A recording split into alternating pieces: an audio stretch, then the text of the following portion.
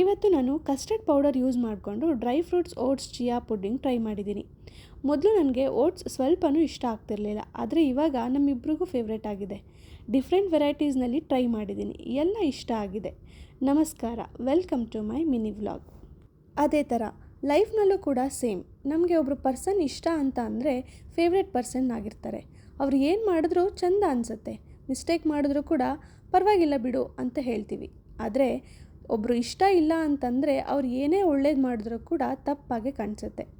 ಇದು ನಮ್ಮ perception. Sometimes ನಮ್ಮ ಜಡ್ಜ್ಮೆಂಟ್ ನಮ್ಮ ಫೀಲಿಂಗ್ಸ್ ಮೇಲೆ ಡಿಪೆಂಡ್ ಆಗಿಬಿಟ್ಟಿರುತ್ತೆ, ಫ್ಯಾಕ್ಟ್ಸ್ ಮೇಲೆ ಅಲ್ಲ. ಮತ್ತು ಬಯಾಸ್ ಇಸ್ ಅ ನ್ಯಾಚುರಲ್. ನಮಗೆ ಗೊತ್ತಿರಬೇಕು ನಮ್ಮ ಮೈಂಡ್ ಯಾವ ಥರ ಯೋಚನೆ ಮಾಡ್ತಾ ಇದೆ ಅಂತ. ಹಾಗೆ ಓಪನ್ ಮೈಂಡ್ ಇಟ್ಕೊಳ್ಳೋಕ್ಕೆ ಟ್ರೈ ಮಾಡೋಣ. ಬಿಕಾಸ್ ಆ ಪರ್ಸನ್ ನಮಗೆ ಇಷ್ಟ ಇಲ್ಲ ಅಂದರೂ ಕೂಡ ಅವರ ಸೈಡ್ ಆಫ್ ಸ್ಟೋರಿ ಕೇಳೋಕ್ಕೆ ಟ್ರೈ ಮಾಡೋಣ. ನನಗೆ ಓಟ್ಸ್ ಇಷ್ಟ ಇಲ್ಲದೆ, ಆದರೆ ಇವಾಗ ನನ್ನ ಫೇವ್ರೆಟ್ ಬ್ರೇಕ್ಫಾಸ್ಟ್ ಆಗಿರೋ ಥರ ಜೀವನದಲ್ಲೂ ಇಷ್ಟ ಆದರೂ ಇಷ್ಟ ಆಗದೇ ಇದ್ದರೂ ಓಪನ್ ಮೈಂಡ್ಸೆಟ್ ಜೊತೆಗೆ ಸ್ವಲ್ಪ ಟೈಮ್ ಕೊಟ್ಟು ನೋಡಿದ್ರೆ ಎಲ್ಲ ಸಿಂಪಲ್ಲಾಗೆ ಕಾಣಿಸುತ್ತೆ ಅಷ್ಟೇ.